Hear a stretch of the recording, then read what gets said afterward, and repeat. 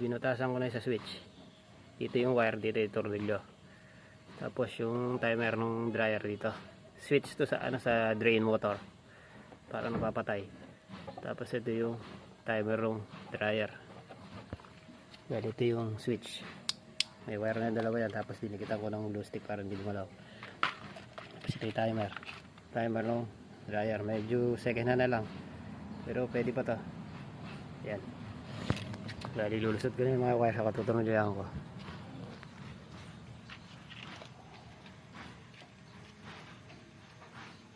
Ito yung switch.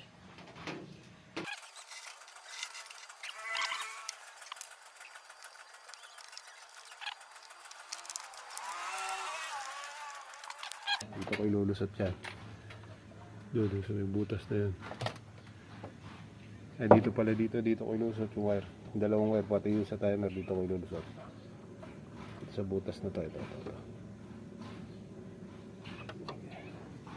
Balik ka dito. Para ilulusot ko na itong sa switch.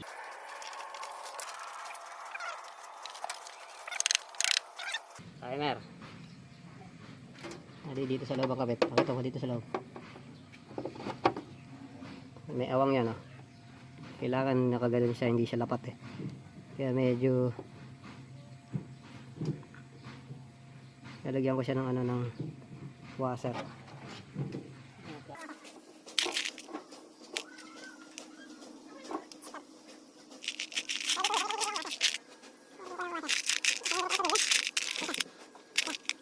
Balik ako tornilyo sa timer ng dryer. Itong may nut.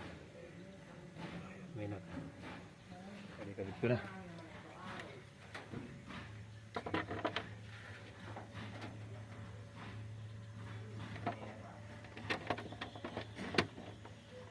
Lagyan ko siya ng pinaka-washer para umangat siya.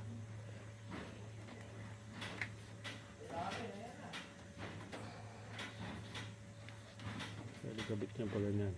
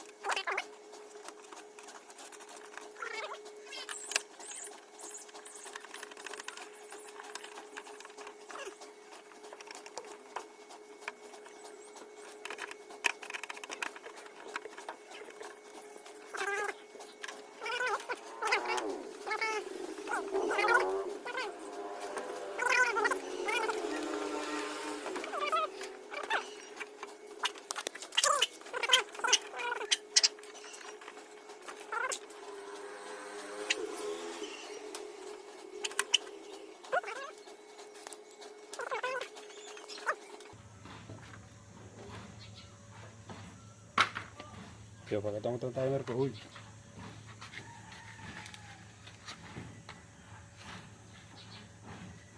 Gali bago. Para nga pala mga ilusot yan. Tinanggal ko yung pinaka yung pang kontra sa ito. Sa ikot. Sa lipatan.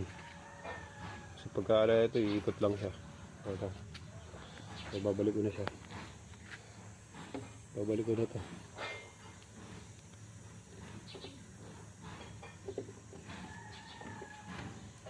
Ayaw mabalik.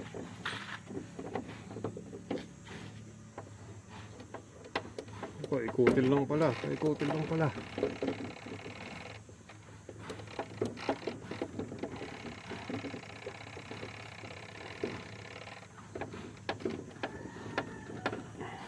Pwede na.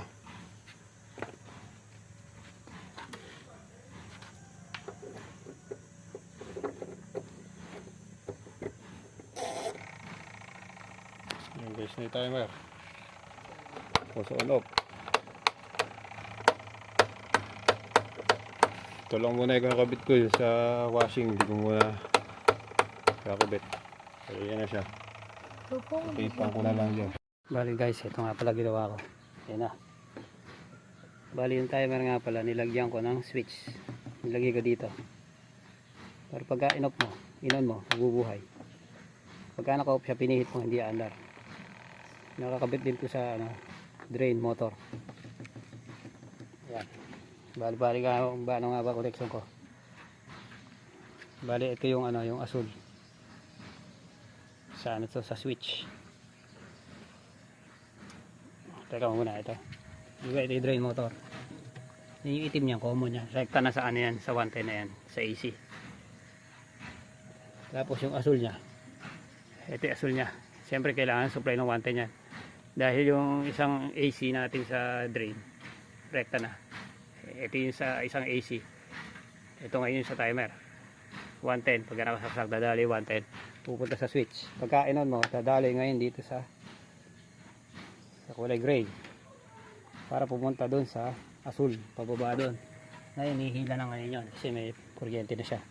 Dahil ngayon nag-on siya, so, dadali ngayon siya sa brown. Sa brown, ito yung brown. Papunta ng timer yan. Papunta ng timer. Pagka in-on mo yung timer, pinihit mo, hindi may kuryente lalabas. Pupunta siya ngayon siya sa door switch. Ito yung door switch. Papunta sa pula. Sa makina yan, sa capacitor na pula. Ayan. Ayan guys. Ito yung pula sa motor. Ayan, pula yan na may puti lang kasi dinuktungan ko. Ayan. Testingin ko ah. Bali yan ah. Ayan, kasaksak ko.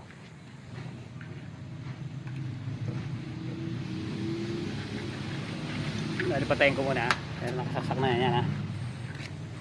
Pagkainom ko ngayon, hihila yan. Hihila yan. Ayan, hihila. Tapos syempre, parang switch din to. Pagka hindi mo pinihit, hindi yan mag-on.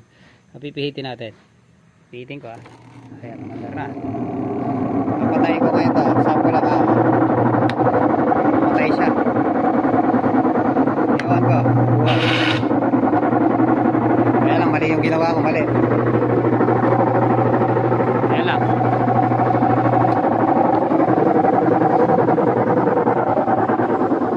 Balit. Yung ginagawa ko kapula automatic washing machine. Tama yung connection nun. Pero yung pagpatay ko sa switch, mali yun. Kasi nandun din yung, ano, yung drain niya. Siyempre, pagka pinatay mo yun, dahil umaandar yung drum niya, bibitiw ngayon yung gear. Kasi nawala sa pagkahahatak eh. Tapos nakita nyo, nung binuhay ko siya, umatak siya, umangat ulit yung gear. Umangat. Kaso umiikot yung drum. Hindi lumapat sa dun sa may gear niya. Kaya kumararak. Mali yun. Pero yung wiring ko dyan, tama. Pero pagka naman kayo gumawa, maralaman nyo na yan. Kung kaya pinagawa nyo sa iba, tuturo naman sa inyo kung paano tamang paggamit nun. Dapat, una nga pala dapat doon, drain, pagka magdadry ka, kailangan yun, drain motor, i-on nyo. Pagka naka-on na yun, nahatak yun. Kailangan nakahatak yun para lumapat sa gear. Tapos pagka pinindit nyo yung timer, aandar na yung drum nyo, magiging dryer na.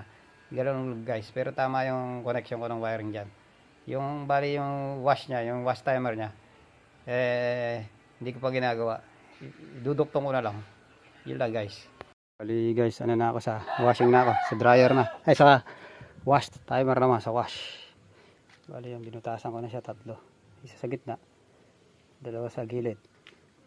Bali ganyan ang pataas yung wire para hindi siya mabasa. Taas. Ayan, lulusot lang natin yan. Ayan, lusot pa na ganyan. Ayan, ganyan. Siyempre, lalagyan ko ng washer yan. Bali, ito tornilyo ko ikakabit. Ayan, meron siyang nut. Ito yung nut. Tapos ito yung gagawin kong washer. Singsing na ng African lovebirds ito. Singsing na African lovebirds. Pari kakabit ko na.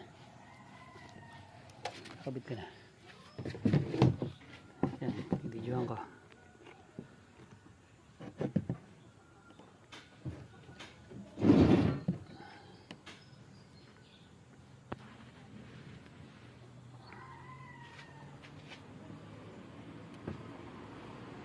Una tornilyo.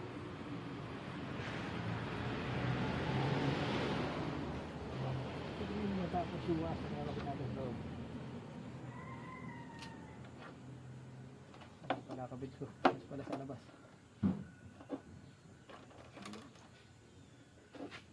Naglag pa.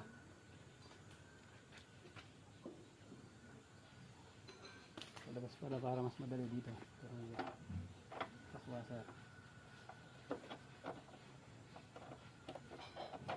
washer na medyo mataba ito. Kabilaan natin kapabitan. Washer.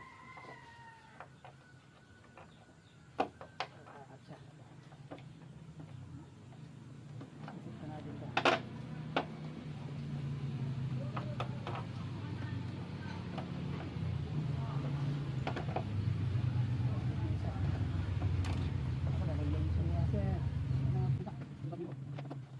Bali yan guys, nilagyan ko ng washer yan kabilaan para hindi siya dumikit, hindi dumikit dun sa may pinakakaha, para pagka pinit hindi mahigpit.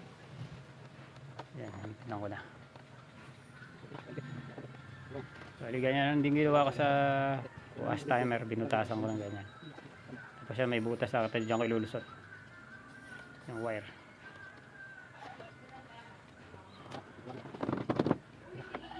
Yan, okay na yan. Bali, ito yung lock. Pinahirapan ako tanggalin na lock na yan. Pero natanggal ko. Ayan, ngayon, binabalik ko na. Medyo pupukpukan nyo, nababalik naman yan. Tapos susukat nyo. Ayan, hindi pa siya, medyo mahaba pa yung kabilang side. Ayan, pumasok na. Bali, okay na yan. Ayan yung wiring. Yung guys, ito sa wash timer natin. Itong dilaw yung common. Itong puti, common. Bali yung common. Ito yung yung live wire. Dahil itong isang itim natin nakakonekta na sa makina yan. Ito yung makina. Itim yan. Ayan. Itim yan. Common yan, dire-diretso yan. Dire-diretso dito sa taas yan. Ito, common yan. Yan yung live natin, live sa AC 110. Sa AC 110. Ano ba? Ito yung AC 110 natin. Ito. Dito papunta sa makina yan. Rekta na yun AC 110 natin. Rekta. Tapos may dalawang wire yan. Ito. Bali tatandaan nyo yung kulay dyan. Kung ano yung may kulay yan eh. Ano ba kulay nito? Tingnan ko nga.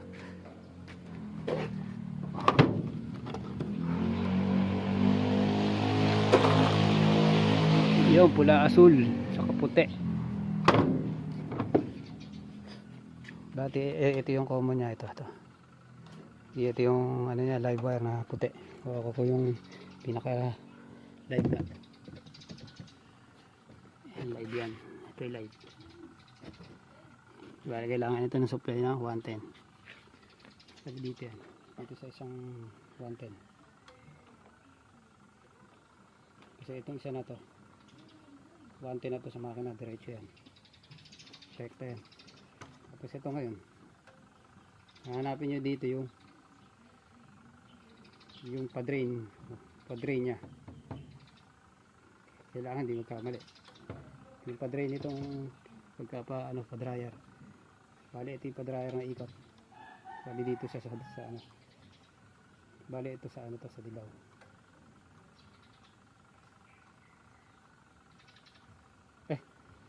Bali pala hanapin nyo yung pa-dryer. Ito pala yung pa-dryer. Dito sa pula yun. Ito sa pula. Pula kayo kukonekta. Para pag ganun ng ikot. Tapos ito sa dilaw to. Pakabila naman. Kalawat kanan na ikot yan. Yan na. Dito na ako. Pero okay na yan. Ayan, paandarin ko na. Yan, okay na yung wiring. Hindi naman dikit-dikit. Paandarin ko ngayon. Plug natin. Ito yung plug. Titignan nyo kung buhay yung natin yung sa dryer switch. Patay. Yan, nakapatay. Tapos ito yung natin, yung timer. Pihitin ko.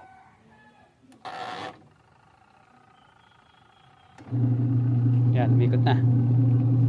Ayan pa dryer yan. Ganyan pa dryer. Tayo natin, 5 seconds. Ayan, okay na siya. Nagwawash na siya.